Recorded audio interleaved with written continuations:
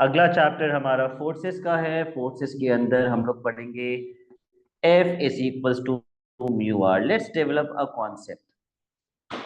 Suppose मेरे पास एक रफ प्लेन है, मैं लिखवाऊंगा अभी रफ प्लेन, ठीक है।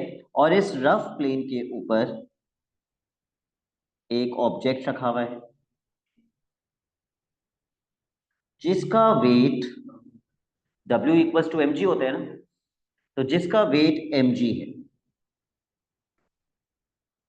जितना वेट ये ऑब्जेक्ट इस रफ सरफेस पे लगा रहे, जितनी फोर्स ये ऑब्जेक्ट इस रफ सरफेस पे लगा रहे, उतनी ही फोर्स ये रफ सरफेस इस ऑब्जेक्ट पे लगा रहे। ये मुझे कैसे पता? अगर मैं कहता कि ये ऑब्जेक्ट ज्यादा फोर्स लगा रहे और ऊपर वाली कम है, तो क्या होता? तो क्या होता अगर कंजर्वेशन नहीं होती, इक्विलिब्रियम नहीं होता, तो क्या होता? कैसा मोशन होता? नहीं, मैं कह रहा हूं नीचे वाली ज्यादा है, मोर, तो ये सरफेस को तोड़ के नीचे गिर जाता। अगर नीचे वाली ज्यादा होती किससे? ऊपर वाली फोर्स से। लेकिन अभी ये तोड़ के नीचे नहीं गिर रहा, तो इसका मतलब नीचे वाली और ऊपर वाली बराबर हैं और ये इक्विलिब्रियम के अंदर है। Okay, action reaction force, yes. ये जो ऊपर वाली फोर्स है इसको कहते हैं normal reaction force, R. Reaction force है, normal reaction force. Reaction force भी कहते हैं, नॉर्मल रिएक्शन फोर्स भी कहते हैं। लेकिन फॉर एग्जाम्पल, अब मैं लिमिटिंग इक्विलिब्रियम पे, एक बच्चा पूछा था ना सर ये लिमिटिंग इक्विलिब्रियम क्या होता है। अगर इसका वेट फॉर एग्जाम्पल 10g था, तो ऊपर भी कितना लग रहा होगा? 10g। मैंने इसको बढ़ा के 15g कर दिया। हो सकता है ये सरफेस ज्यादा से ज्यादा 15g लगा सकते हैं, उससे ज्यादा नहीं लगा सकता। तो ऊपर वाली फोर्स कितनी हो जाएगी? ये सरफेस ज्यादा से ज्यादा 15g ऊपर लगा सकते हैं, उससे ज्यादा नहीं लगा सकता। तो इस वक्त ये ऑब्जेक्ट लिमिटिंग इक्विलिब्रियम में है। जैसे ही मेरी फोर्स 15g से ज्यादा होगी, लिमिटिंग इक्विलिब्रियम खत्म और ये तोड़ के नीचे गिर जाएगा। तो लिमिटिंग इक्विलिब्रियम कौन सा इक्विलिब्रियम होता है? वो लास्ट पॉइंट जहां पे आपका सिस्टम किस में होता है? इक्विलिब्रियम। उसके बाद अगर मैंने फोर्स बढ़ा दी तो फिर वो इक्विलिब्रियम टूट जाएगा, मोशन में आ जाएगा और मूवमेंट स्टार्ट हो जाएगी। अच्छा, इक्विलिब्रियम का मतलब ये नहीं होता कि ऑब्जेक्ट रेस्ट पर है। कुछ बच्चों को, जैसे अभी अहमद ने कहा सर ऑब्जेक्ट मोशन में आ जाएगा। अगर ऑब्जेक्ट कांस्टेंट वेलोसिटी से ट्रैवल कर रहा है तब भी वो इक्विलिब्रियम में है। फॉरवर्ड फोर्स और बैकवर्ड फोर्स बराबर है, constant velocity is also equilibrium. लेकिन हाँ, कब इक्विलिब्रियम टूट जाती है? जब ऑब्जेक्ट क्या करना स्टार्ट कर, एक्सेलरेट करना स्टार्ट कर दे, तो इक्विलिब्रियम टूट जाता है। अच्छा, for this case R will be equal to mg because the system is in equilibrium। ये तो हो गया केस नंबर 1। अब आते हैं केस नंबर 2 पे।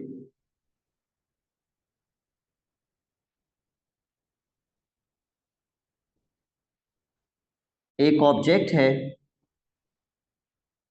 अच्छा हर केस हम इक्विलिब्रियम के हिसाब से ही करेंगे, जिसका वेट mg है, जिसकी नॉर्मल रिएक्शन फोर्स r है, और अब मैं इस पर एक फोर्स लगा रहा हूं इस डायरेक्शन, T न्यूटन्स की, 30 डिग्री का एंगल बनाते हुए।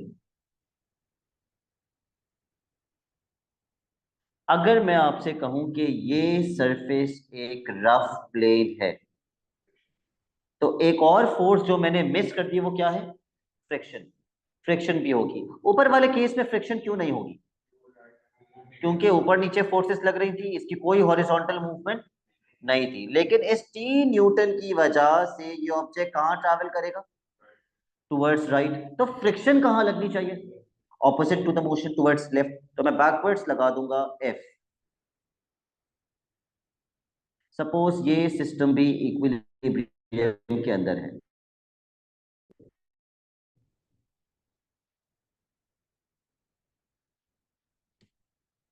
अगर मैं कहूं R is equal to M G, तो क्या ये सही है? ओके, मुबशिर कह रहे हैं सही है। अहमद आप क्या कह रहे हैं? इक्विलिब्रियम में है, R equal to M G है। क्यों नहीं, वजह? Very good. मैं एज अ स्टूडेंट हमेशा ये गलती करता था और मेरा आंसर गलत आता। क्यों? क्योंकि क्योंकि अगर ये इक्विलिब्रियम में है तो downward should, sorry, upward minus downward should be equal to zero. Problem क्या है कि इसका अपवर्ड मैं भूल गया। मैं इसका अपवर्ड एज अ स्टूडेंट हमेशा भूल के आता था। ठीक है, तो आपने नहीं भूलना इसका अपवर्ड कंपोनेंट। तो अगर हम वर्टिकल कंपोनेंट की बात करें तो Akbar what minus what should be equal to zero? t sin 30 plus r R plus T sine 30 minus minus mg minus mg. Minus M G should be equal to zero. ठीक है, और अगर मैं बात करूं हॉरिजॉन्टल कंपोनेंट की, तो हसन अयास मेरी इक्वेशन क्या बननी चाहिए? T cos 30 minus F is equal to zero.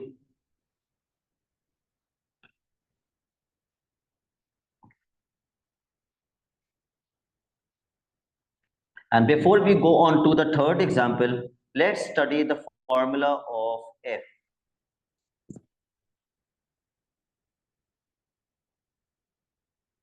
F बराबर होता है the force of friction is always is equals to mu r, जहां पे मैंने आपको बताया R किसे कहते हैं? Normal reaction force. mu is the coefficient of friction। ये हमेशा कांस्टेंट होता है, ये एक सरफेस के लिए चेंज नहीं होता। ये तभी चेंज होगा जब आपका सरफेस चेंज हो जाएगा। अगर एक ही सरफेस है तो ये कभी भी चेंज नहीं होगा। आप 100 फोर्सेस लगाएं, 200 फोर्सेस लगाएं, coefficient of friction will always remain same. इसलिए मैंने कांस्टेंट लिख दिया।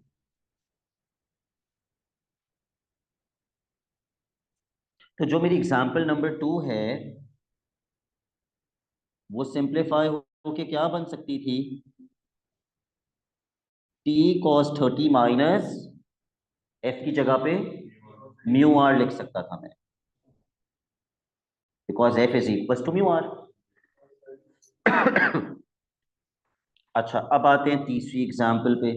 Example number 3, inclined plane. सबसे इंपॉर्टेंट चीज समझने के लिए, सपोज इस पे फॉरवर्ड फोर्स लग रही है टी न्यूटन की, इस पे डाउनवर्ड फोर्स एम जी,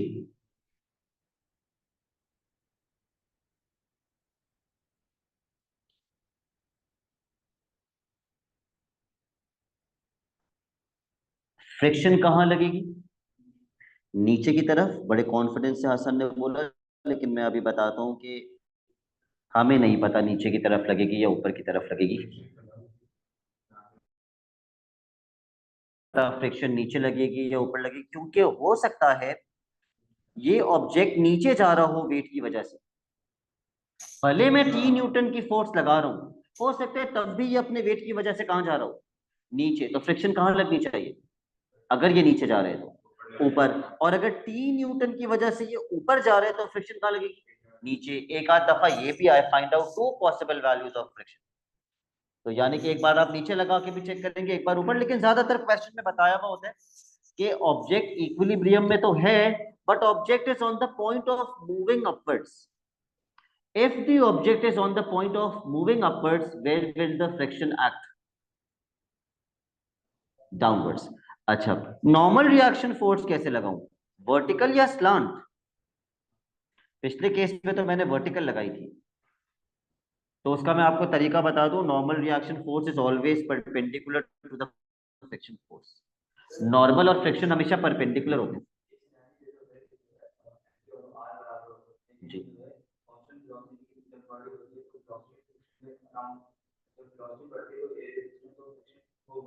जी जी।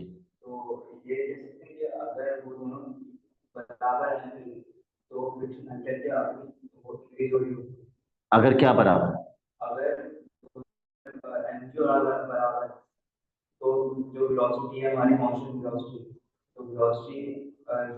अगर वेलोसिटी कांस्टेंट है और आप कह रहे हैं आर और एम जी बराबर है, तो इसका मतलब फ्रिक्शन है ही नहीं। मतलब forward minus backward equal to zero है। जितनी फॉरवर्ड फोर्स है फ्रिक्शन उसके बराबर है। फ्रिक्शन अगर है भी तो बराबर है, वो इंक्रीज नहीं हो सकती अगर कांस्टेंट वेलोसिटी है। Constant velocity means the system is in equilibrium. तो फिर वो फ्रिक्शन और फॉरवर्ड फोर्स बराबर है। Okay, normal reaction is always perpendicular to the friction, तो वो यूं लगी। This is how the normal reaction force will act.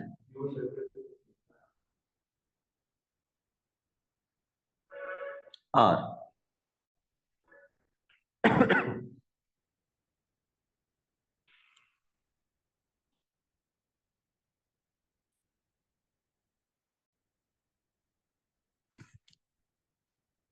अगर मैं ये एंगल निकालूं, चलो पहले ये वाला एंगल निकालते हैं, तीसरा एंगल। ये तीसरा एंगल कितना होगा जब आप 180 में से थीटा और 90 माइनस कर देंगे? 90 माइनस थीटा। और ये एंगल कितना होगा जब आप 90 में से 90 माइनस थीटा माइनस कर देंगे? थीटा बन जाएगा। अच्छा, इस कॉन्सेप्ट को समझने के लिए, क्योंकि अब ये बहुत इंपॉर्टेंट है और ये बार बार अप्लाई हो रहा होगा, आपको पता होना चाहिए आपके फॉरवर्ड कंपोनेंट्स क्या हैं, आपके बैकवर्ड कंपोनेंट्स क्या हैं, आपके वर्टिकल क्या हैं, अपवर्ड और वर्टिकल क्या है, downward. Now, your inclined plane is your new x-axis. This is your new x-plane, इसको ऐसे समझना। और ये जो slant है, this is your new y-plane। और ये दोनों अभी भी परपेंडिकुलर हैं, जैसे होते हैं हमेशा परपेंडिकुलर x और y। अच्छा, अगर मैं पहले y कंपोनेंट की बात करता हूँ, what is the upward force? r। और कोई अपवर्ड फोर्स नहीं, माइनस टी का अपवर्ड नहीं लग सकता, ये आपस में perpendicular. Okay, what is the downward force? mg का ये वाला कंपोनेंट।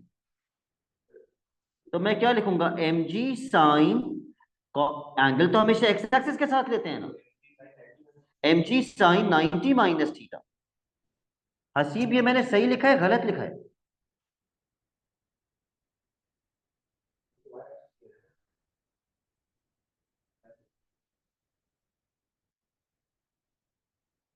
सही है सर। बिल्कुल सही लिखा है, mg साइन 90 माइनस थीटा, क्योंकि मैं बता चुका this inclined plane is your new X axis. और एंगल हमेशा किस एक्सिस के साथ लेते हैं? एक्स एक्सिस के साथ। और वर्टिकल है तो साइन लगता है, हॉरिजॉन्टल है तो कॉस लगता है, जिसका मतलब इज इक्वल टू जीरो कर दूंगा क्योंकि इक्विलिब्रियम है। और साइन 90 माइनस थीटा क्या होता है? Cos theta.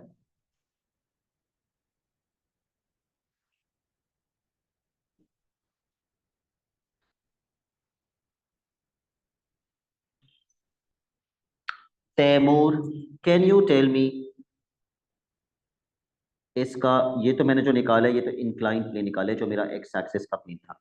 Can you tell मी, मेरा वर्टिकल जो प्लेन है, सॉरी ये मैंने वर्टिकल प्लेन निकाला था। कैन यू टेल मी, जो मेरा इंक्लाइंड प्लेन है इस डायरेक्शन में, उसका रिजल्टेंट के लिए what is the forward force and what is the backward force?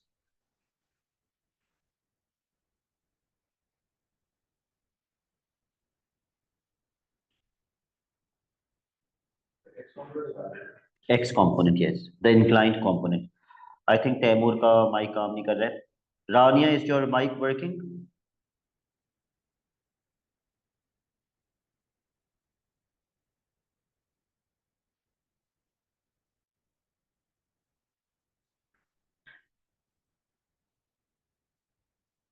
Fatima, can you tell me इसका एक्स कंपोनेंट कैसे निकालेंगे? What is the forward and what is the backward?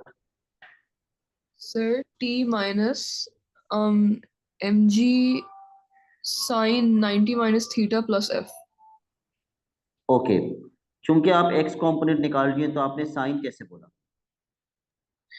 Sir cos mg cos 90 minus theta 90 minus theta, फिर आपने क्या बोला? Plus F. why did you say plus f for backward? Sir वो left की side पे जा रहे हैं दोनों फोर्सेस। तो आपने इसको पॉजिटिव बोला तो ये वाली तो नेगेटिव होनी चाहिए ना। अगर आप t को पॉजिटिव कह रही हैं तो f नेगेटिव नहीं होना चाहिए। सर लेकिन वो माइनस ब्रैकेट में आ जाएगा ना। अच्छा, आप ये कह रही हैं माइनस ब्रैकेट ओपन, ये ठीक हाँ है, ओके, प्लस। ठीक है, ठीक है। यू डिड नॉट से ब्रैकेट, तो मुझे लगा वो वैसे ही लिखना है। ठीक है, अगर हम ब्रैकेट में लिख रहे हैं तो हम प्लस एफ लिखेंगे, लेकिन क्योंकि हम ब्रैकेट लगाते नहीं है, अभी तक लगाते भी नहीं आए, तो मैं यहाँ पे माइनस एफ ही लिख रहा हूँ, और एफ की जगह मैं क्या लिख दूंगा? Mu R. ठीक है। तो वर्टिकल और हॉरिजॉन्टल कंपोनेंट्स बेसिकली ये वाले और ये वाले कंपोनेंट्स होंगे अब से। ठीक है। अच्छा जी, अब इसका क्वेश्चन कैसे आता है? लेट्स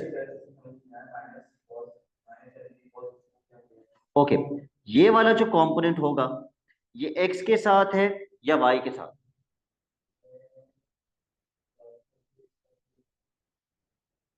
लेकिन हमने क्या डिसाइड किया था? This is our new x and this is our new y। ठीक है, तो अब बताइए 90 माइनस थीटा का जो मैं ये वाला कंपोनेंट निकाल रहा हूं, ये x के साथ है या y के साथ? x के साथ, तो ये क्या बनेगा? mg cos 90 minus theta. जबकि ये वाला क्या बनेगा? mg,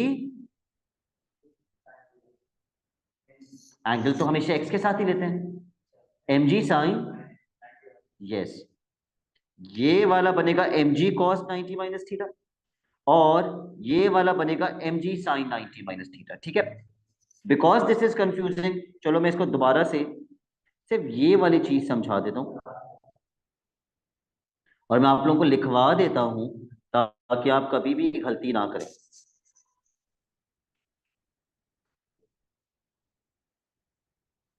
if this angle is 90 minus theta,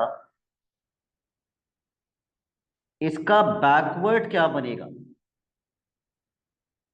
इस वेट का बैकवर्ड कंपोनेंट क्या बनेगा? Yes, minus M G. इसका बैकवर्ड बनेगा minus M G cos 90 minus theta, X component, बिल्कुल। और इसका अब मैं रेड पे कर रहा हूं, इसका डाउनवर्ड कंपोनेंट क्या बनेगा? Minus M G sine 90 minus, क्योंकि एंगल हमेशा किस एक्सिस के साथ लिया जाता है? एक्स एक्सिस के साथ लिया जाता है। अकबर, कोई कंफ्यूजन तो नहीं है इसमें? सर मुझे माइनस साइन से है कंफ्यूजन। फॉरवर्ड माइनस बैकवर्ड होता है तो ये माइनस लगेगा ना इसमें, ठीक है सर। और अपवर्ड माइनस डाउनवर्ड होता है इसलिए इसमें भी माइनस लगेगा। ठीक है सर।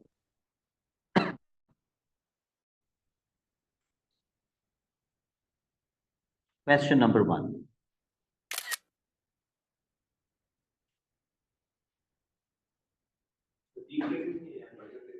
बस यही है, सब कुछ इसी से हो जाएगा।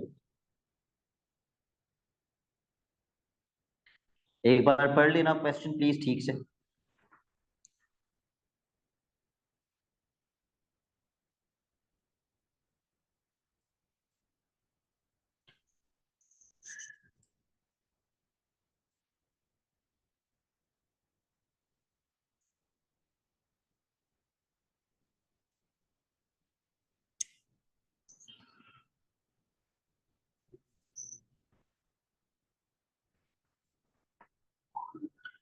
सबसे पहली चीज पता है मैं क्या निकालूंगा? मैं ये वाला एंगल निकालूंगा, क्योंकि ये एंगल बहुत इंपॉर्टेंट है। 70 हो जाएगा। ओके, उसने सबसे पहले आपसे क्या मांगा? एफ किसके बराबर होता है? F is equal to mu are.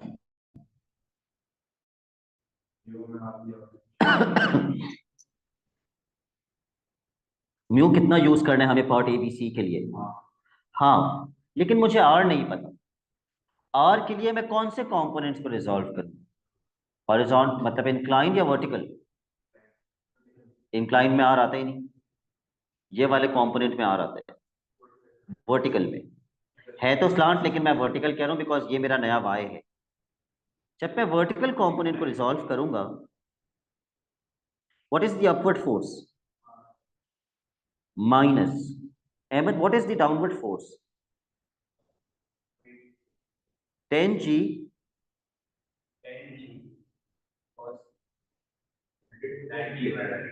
100 कर लो इसको। साइन लिखेंगे या कॉस? साइन लिखेंगे ना, क्योंकि वर्टिकल में क्या लगता है?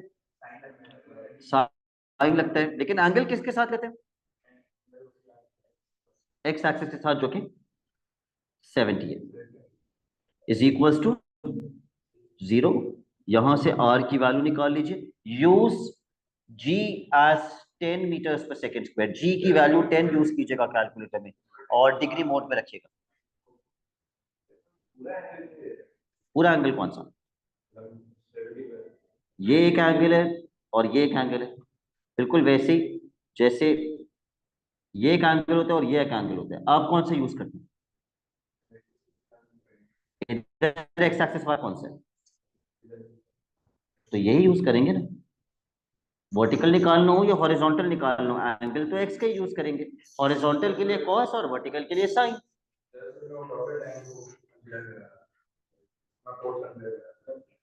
अच्छा नहीं, फोर्स ये वाली है 10 न्यूटन। कितना आ रहा है? 93.9। जी आप कुछ पूछ रहे हैं हसन?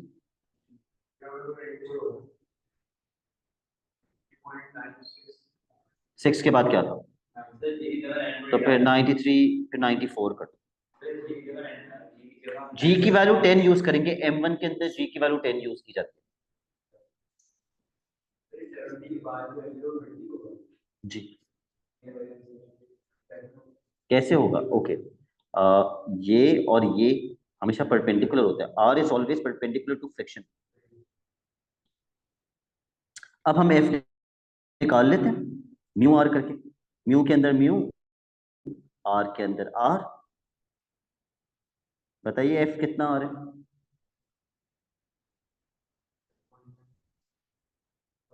ठीक है, 47 न्यूटन्स।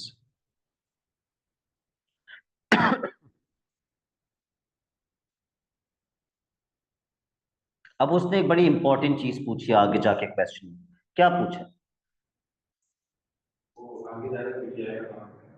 उसने पूछा whether the object will remove और will it remain at rest. वो कैसे पता चलेगा? अगर फॉरवर्ड फोर्स ज्यादा है और बैकवर्ड फोर्स कम है तो आगे जाएगा। आगे तो वैसे जा ही नहीं सकता, आगे तो फिर फ्रिक्शन है। अगर बैकवर्ड फोर्स ज्यादा है वेट की वजह से और फ्रिक्शन कम है तो ये कहां जाएगा? नीचे चला जाएगा। तो हमें निकालना पड़ेगा ना forward minus backward. Let's do forward minus backward. What is the forward force? Haseeb will tell me. Haseeb, what is the forward force? F F. And what is the backward force? minus 10G cos theta Minus 10G cos 70. 70। अब is equal to 0 नहीं कर देना please. उसने उसने बताया नहीं है equilibrium में है या नहीं। या सिर्फ बैकवर्ड भी निकाल सकते हो या फॉरवर्ड माइनस बैकवर्ड भी कर सकते हो। फॉरवर्ड माइनस बैकवर्ड अगर नेगेटिव आ गया तो ये कहां जाएगा? हाँ, इस अगर फॉरवर्ड माइनस बैकवर्ड नेगेटिव आ गया इसका मतलब बैकवर्ड ज्यादा है, तो ये नीचे जाएगा, स्लिप कर जाएगा नीचे। Yes, let's see. ये तो 47 है। 10G cos 70 कितना आता है?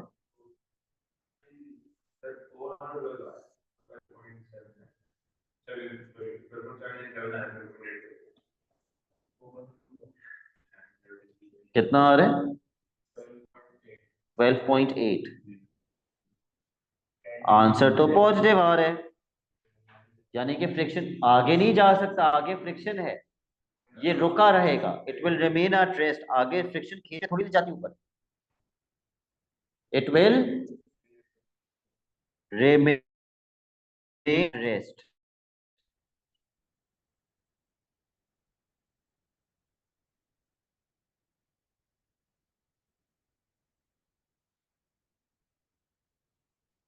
सर अगर ये force using the same concept, अगर ये फोर्स माइनस में आती अगर तो माइनस में आती तो ये स्टेप डाउन कर जाता। ठीक है, थैंक बिल्कुल। Okay, part B. टी नहीं है ना, ये एफ है, फ्रिक्शन। इसका काम सिर्फ रोकना है, ऊपर खींच के लेके जाना नहीं है। पार्ट बी भी सेम ही कॉन्सेप्ट है। क्या आप मुझे बता सकते हैं ये तीसरा एंगल कितना आएगा? 60 डिग्रीज। उसने सबसे पहले हमसे एफ निकालने के लिए कहा है, तो हम एफ निकालेंगे, और एफ निकालने के लिए हमें किसकी वैल्यू चाहिए होगी? आर की वैल्यू चाहिए होगी।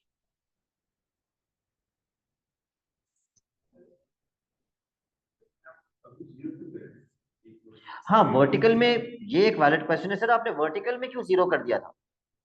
क्योंकि वो तोड़ के नीचे नहीं गिरा था। वर्टिकल कंपोनेंट का रिजल्टेंट जीरो है, हॉरिजॉन्टल का जीरो नहीं है। ठीक है, ये तो इसी पे ही है ना, सरफेस पे, कोई तोड़ के नीचे थोड़ी गिर जा रहा, या हवा में उड़ के थोड़ी चला जा रहा। तो vertical component is in equilibrium, ये इक्विलिब्रियम में है, हॉरिजॉन्टल इक्विलिब्रियम में नहीं है। खैर, आर के लिए वर्टिकल कंपोनेंट रिजॉल्व करते हैं। Upward is R minus downward क्या होगा? 10g, 10g साइन 60, बिल्कुल सही।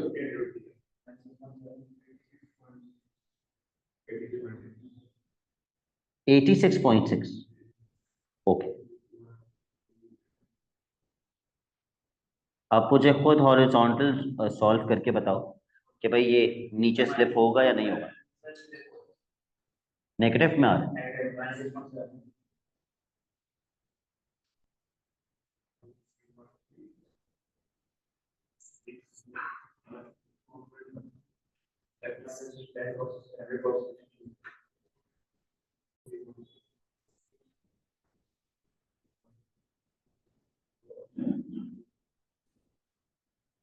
F minus 10g cos 60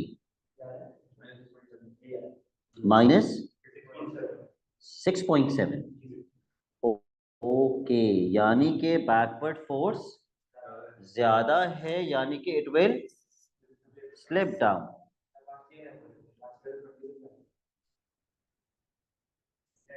part C अभी मैं होमवर्क में देना है, वो मुझे आपने कर लिया।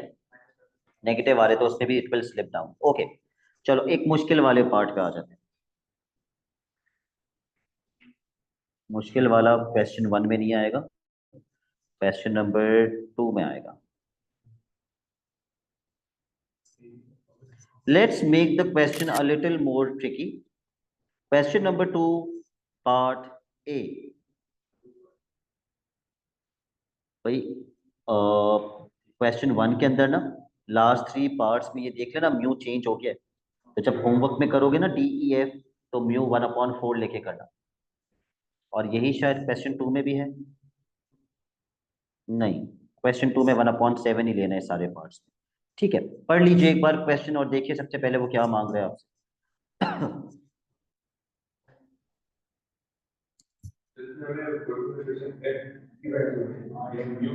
ये म्यू है, coefficient of friction is mu. If it just prevents the body from slipping down the plane, ये it was about to slip down, that is why उसने फ्रिक्शन कहाँ लगाई है? डायग्राम के अंदर अपवर्ड्स लगाई है, because it was on the point of slipping down the plane। Paper में नहीं लगी हुई होती, पेपर में आपने खुद लगानी होती है। ठीक है, अगर स्लिपिंग डाउन द प्लेन है तो फ्रिक्शन ऊपर लगेगी, गोइंग अप द प्लेन है तो फ्रिक्शन नीचे लगेगी। तो ये नीचे क्यों जाने वाला था? वेट की वजह से ये नीचे जाने वाला था। ठीक है, तो करना वही है, upward minus downward equals to 0 and forward minus backward equals to 0। Is this system in equilibrium? मैंने अंडरलाइन कर दिया है, if it just prevents the body from slipping down the plane, इसका मतलब ये अभी तक स्लिप डाउन नहीं हुआ, लिमिटिंग इक्विलिब्रियम में, it is in limiting equilibrium. तो so let's resolve the forces. पहले अपवर्ड वाला करते हैं, वर्टिकल करते हैं। तीसरा एंगल कितना आएगा इसका? 80। सो R माइनस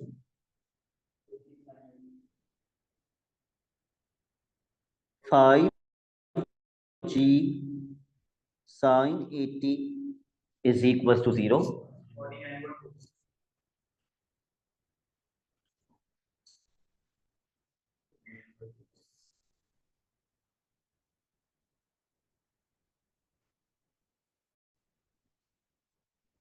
अब हॉरिजॉन्टल कंपोनेंट्स पे आ जाइए। अहमद, क्या आप मुझे बता सकते हैं फॉरवर्ड माइनस बैकवर्ड के लिए मुझे क्या लिखना होगा?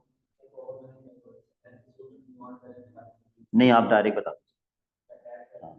इन terms of F and X, forward minus backward, forward क्या है?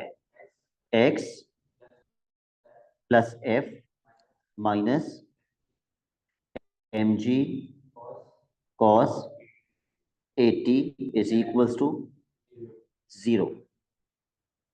क्वेश्चन किसकी वैल्यू निकालने के लिए कह रहे हैं? क्वेश्चन कह रहे हैं x की वैल्यू निकालो। तो x निकालने के लिए f की जगह मुझे क्या लिखना होगा? f की जगह म्यू r, ठीक है। mg की जगह 5g cos 80। म्यू कितना है और r कितना है? What is mu given in the question? 1/7।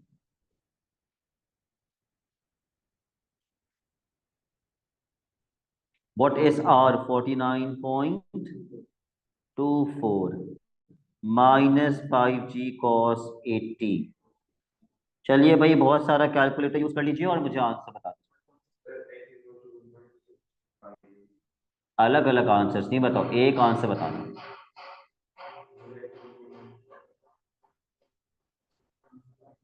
भाई ये पूरा एज इट इज कैलकुलेटर में डाल दो, जो भी आंसर आएगा वो वहां जाके साइन चेंज हो जाएगा। x equals to 1.65 Newton's.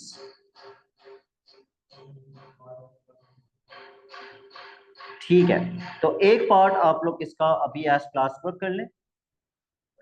Question 2 का पार्ट भी is your class work and please mark your homework. जो पार्ट्स आपके होमवर्क में नहीं हो पाएंगे वो फिर हम अगली क्लास में डिस्कस कर लेंगे। आपने क्वेश्चन 1, क्वेश्चन 2 और क्वेश्चन 3 के रिमेनिंग पार्ट्स आज होमवर्क करने। जो नहीं हो पाएंगे मैं फिर बता रहा हूँ, वो हम क्लास में डिस्कस कर लेंगे। Question 1, question 2 and question 3 remaining parts.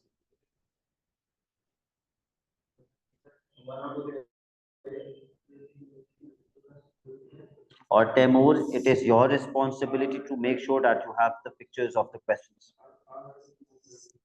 Question number 1. That's it for today. Allah Hafiz.